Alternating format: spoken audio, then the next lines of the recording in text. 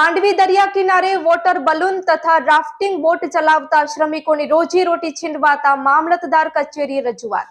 માંડવી દરિયા કિનારે water balloon તથા રાફ્ટિંગ બોટ દ્વારા રોજગારી મેળવતા શ્રમિકોની રોજીરોટી છીનવાતા માંડવી મામલતદાર કચેરી ખાતે રજૂઆત કરી હતી। કોઈ પણ યંત્ર વગરનું બલૂન કે રાફ્ટિંગ બોટ દરિયા કિનારે પાણીમાં લોકોને વોટર સપોર્ટ કરતું હોય છે, ત્યારે કોઈ જીવનું જોખમ નથી અને આ તરવૈયાઓ અનેકો વખત દરિયામાં નહાવા ગયેલા ડૂબતા પ્રવાસીઓને બચાવવાનું પણ કાર્ય કર્યું છે।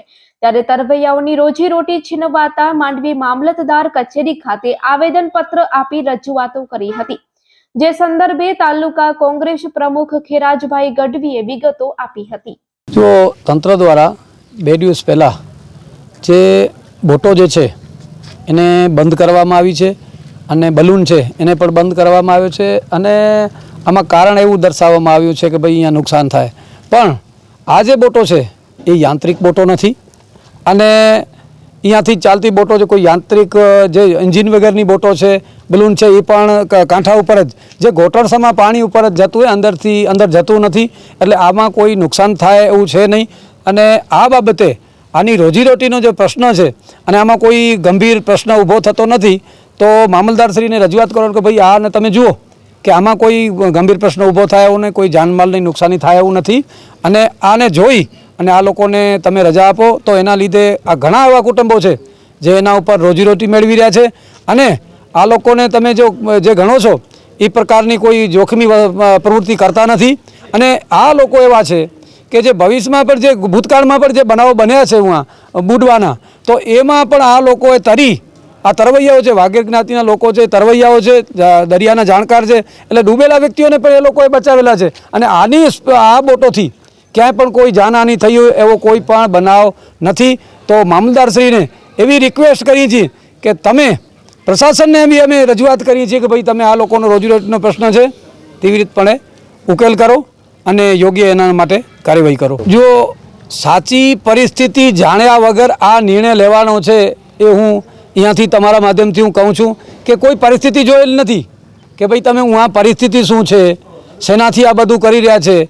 જે નિર્ણય લીધો છે એ રોજગારી માટે ખૂબ ગંભીર પ્રશ્ન છે। એક તો માંડવીમાં બીજી કોઈ રોજગારી નથી, એના ઉપર આ કેટલા કુટુંબો નભી રહ્યા છે એ પણ એક તરાપ છે। બાકી રોજીરોટીનો જો પ્રશ્ન હોય તો તમે રોજગારી આપતા નથી તો છીનવાનો અધિકાર તો તમારે છે નહીં અને રોજીરોટી માટે જો આ પ્રશ્ન થતો લડાઈ થશે, આના સામે અમારે કોઈ આંદોલન કરવા પડે તો એમાં જવાબદારી સરકારશ્રીની રહેશે। મામલદારશ્રી પણ એવા સંમત થયા કે ભાઈ આ જે અહીંયા જે આ લોકો બોટ છે પછી બલૂન છે એ ચલાવે છે એ ગંભીર નથી, એ બહુ જોખમી નથી, બહુ ઊંડા પાણીમાં જતું નથી, એ પણ એવું અમને હૈયાધારણ આપી છે કે પ્રાંત સાહેબથી વાત કરી અને તમારા માટે યોગ્ય નિર્ણય લેશું। જો હું તમને હમણાં જ એક તાજેતરનો દાખલો આપું, તગડીની બાજુમાં જે ઓઇલ ફેક્ટરી આવી રહી છે ત્યાં કંપનીને રૂપિયા ભરવાનો પણ ઓર્ડર આવી ગયો છે કલેક્ટર સાહેબનો, તો અહીંયાથી માછીમારી બંધ થશે। રિલાયન્સ કંપની પણ જેની પણ નોટિસો અહીંયા લોકોને મળી છે એટલે અહીંયા પણ બંધ થશે।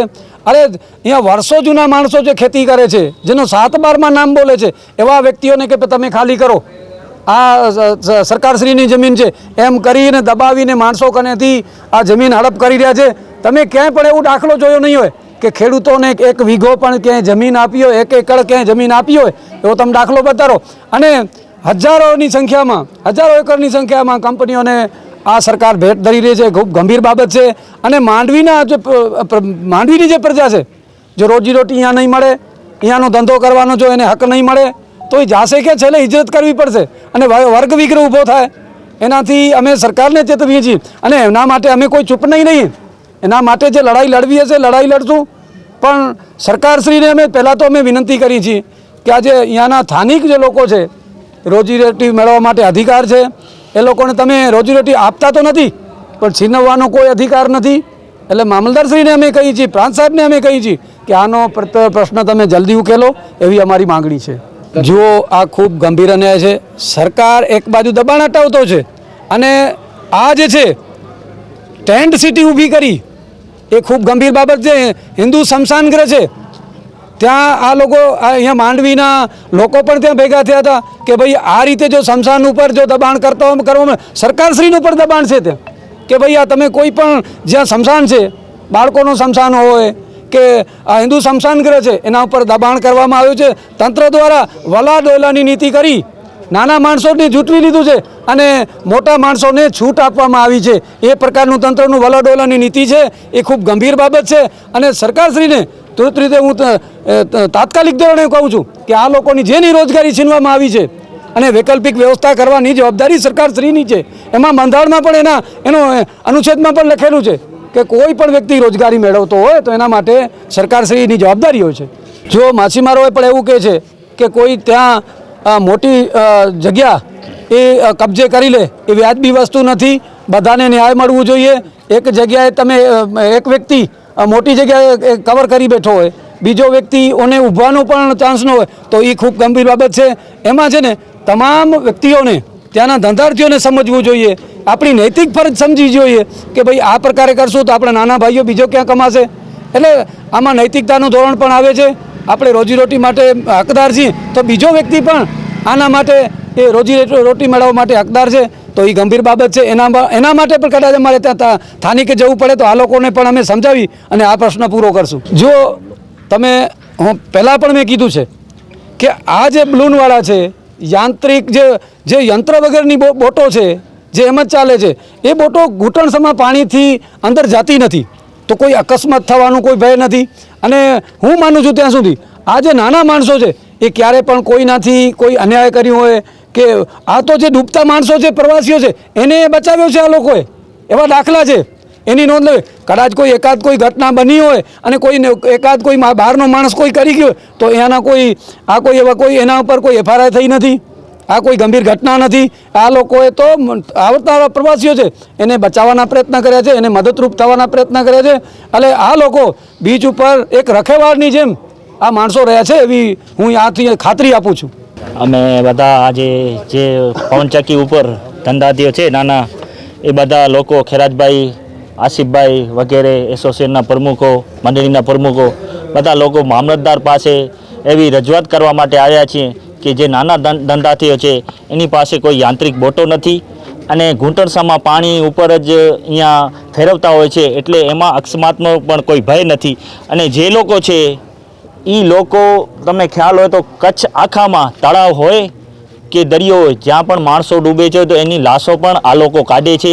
એટલે આ લોકો તરવૈયા છે અને આ લોકો ત્યાં હશે તો પ્રવાસીઓની પણ સેફટી હશે. અને ઘણા પ્રવાસીઓને પહેલેથી આ લોકોએ બચાવ્યો છે અને એ લોકો પાસે મામલતદાર સાહેબે જ એ લોકોને કાર્ડ બનાવી આપ્યો છે તરવૈયાનો. આ એ લોકો પાસે છે અને ઘણા માણસોને ડૂબતા પણ બચાવ્યો છે, ઘણા માણસોની લાશો પણ કાઢી છે. તળાવ હોય, દરિયા હોય તો આ લોકો ત્યાં રહેવા જરૂરી છે. આ લોકોની ગરીબ માણસો છે એની રોજીરોટી બંધ થઈ ગઈ છે છેલ્લા મને લાગે 4-5 દિવસ થયા. તો નાના ધંધાર્થીઓ છે એ લોકોની ઘરની પણ હાલત પરિસ્થિતિ દયનીય છે. તો સાહેબે પાસે રજૂઆત કરી છે મામલતદાર પાસે. તો સાહેબે અમને આશ્વાસન આપ્યું છે કે પ્રાંત સાહેબથી અમે વાત કરી અને એનું જે પણ નિરાકરણ થતો હશે એ અમે કરશું. અંદાજે 100-150 જેવા તરવૈયાઓ જે છે ત્યાં રોજીરોટી મેળવી રહ્યા છે અને એક માણસ પાછળ એના 9-9, 10-10 કુટુંબવાળા એની પાછળ નભે છે.